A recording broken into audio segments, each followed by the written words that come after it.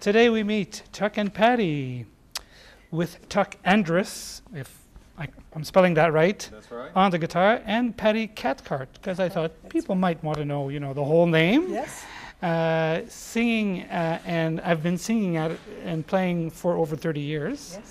Yes. Of great jazz as a duo. Tonight, May 21st, in concert at L'Estrade in Montreal. Welcome to Montreal, Tuck and Patti. Thank you. With your latest CD, I Remember You, you embraced the Great American Songbook.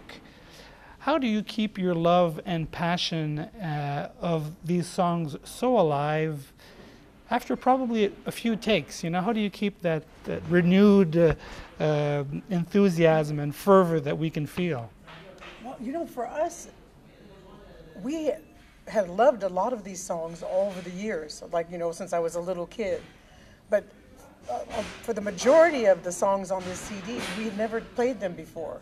It's only a couple of them that we'd actually played before, I think. Yeah, that's right. So that was an interesting take for us to be able to approach them, for the first time. Songs you've heard all your life, but for us, the first time. Mm-hmm. At the same time, for us, things like My Romance or songs or Foggy Day or something, we probably played thousands of times in the 31 years we've been playing together. 31 years. So we have an idea that we gave to each other when we first got together is just take all the chances you want, and because of that, it stays fresh and it stays new. And the tunes are beautiful too. I mean, they're simple, great. There's a reason why they're still here and still being played. They're simple, elegant, great, heart on your sleeve, love songs, unabashed, and that makes them beautiful. Interesting. I noticed on your website and on your web presence, by the way, because I kind of did some research that way, that you had asked audiences to send you email requests for some of the songs. Did you agree with some of those requests? Because I saw that there were all kinds of different, and you had to choose, and you had your own personal tastes. Right. How did you go about that kind of, Well, we actually got the idea from an earlier album we did called A Gift of Love, which was recorded specifically for the Japanese audience, although we released it worldwide. And that was really very much a request kind of album. We sent the word out, tell us what song that we didn't write that you would love to hear us do. And we got back all kinds of surprising and non-surprising feedback, and it led to the choice of several of the songs on it. And on this one, it was somewhat similar, but things go very far afield. It was interesting to see that when we requested that people limit it to the Great American Songbook, because that was the theme of the album, we got things like Bob Dylan and Jimi Hendrix. So people define the Great American Songbook in a lot of different ways. Out of the country, out of the U.S.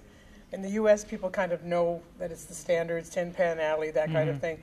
But in Europe and in other countries, in Asia, it was really interesting because their view on the Great American Songbook spans a much, broader spectrum of tunes. Mm-hmm. So that was really interesting. So for the ones, because we had really chosen to make it this particular period of time that's known as sort of the classic Great American Songbook, what we did was sort of look at the requests from different authors that people were coming. And so it was like if a lot of people wanted an Ellington tune, or whether they were different tunes or not, we'd go that way. So we made it democratic in that the people that were talking the most about different people we do. And then, of course, there's always going to be a Rodgers and Hart, because for me, they were my favorites. a classic? Yeah, I love Rodgers and Hart tunes. And who are your musical models? I know that's quite a question, but we listen to you and we go, okay, who did they listen to? Who are your?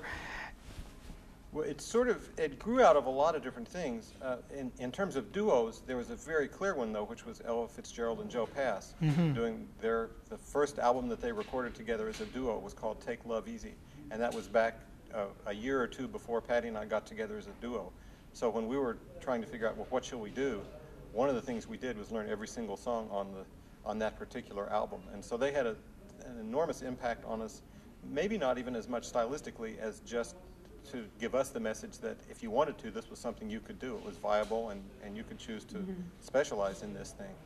And later we fell in love with a duo format and have done it ever since. But they were kind of the vocal guitar duo that said to us, both through their music and later when we got to meet them, yeah, you can do this.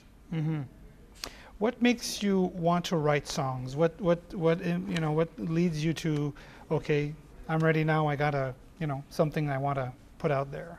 They're magic.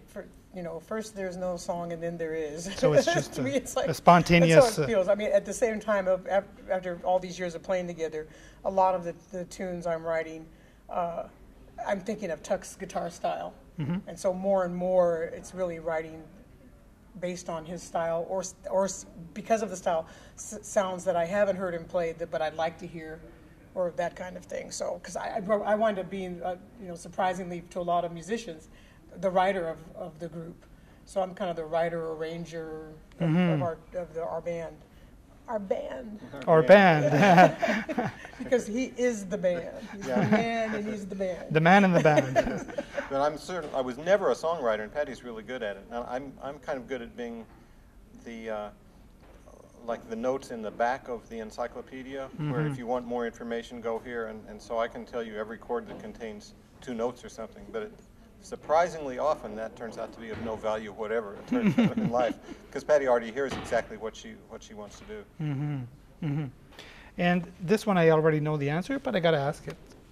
Do you prefer live concerts or studio work? It's different. How is it different? I love to play.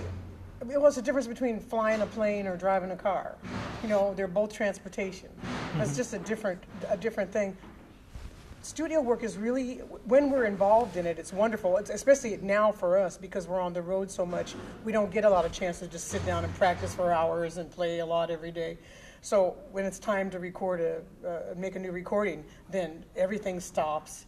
The world stops. The phone doesn't really get answered, and we just start rehearsing and playing and writing, and it just becomes a time to just play. So it really is a wonderful time to be able to just create and do that. So I enjoy it. Of course, as I think almost everyone will say, there's nothing like playing for people. And as a singer, I'm a communicator, and that's what I want to do. And so to be able to have people to communicate, to reach, to make contact. Mm-hmm. Interesting. Okay. Another question that might have been asked in so many years. A working musician couple, 31 years, and I mean, with all these love songs that you sing, life must be just perfect. It's as perfect as it can be. How is a working musical couple? It's as perfect as it can be in an insane world. Mm-hmm. And for us, we always say, like, musicians are always joking about this, and everybody says it, but really, everybody's playing for free. It's the logistics and all that stuff that you get paid for. Because for us, that's our time off. And you can add your thing. Well, a lot of people kind of marvel at the fact that we managed to have a personal relationship, the closest personal relationship imaginable, and also play music together. Because most people are terrified of working with the person that they love, because you're so intimately together. And it turns out that is a pretty scary thing, because all of a sudden you're together 24 hours a day, or at least we are a lot of the time. And that means you're forced to work out the things that in another relationship you might just kind of avoid or put off. But that's a great thing, because that means you go deeper and deeper into your relationship a lot quicker than you would. You could spend a lifetime kind of not resolving issues in some relationships, and we're forced to, on a daily basis, resolve issues. And so there's a tremendous payoff if you do that. It's what we all know we're supposed to do in relationships, solve the problems and then get the rewards from it. And it's easier said than done, but if you have no choice, as is the case, as we decided to make it, then that really reinforces solving problems and getting the rewards. So it's something we would recommend to anybody. But you have to have some commitment. Jean-Paul's like, no exit. Tuck and Patti, I want to thank you for the time you spent with us. Great concert tonight, May 21st at L'Estrade in Montreal. Thank you so much.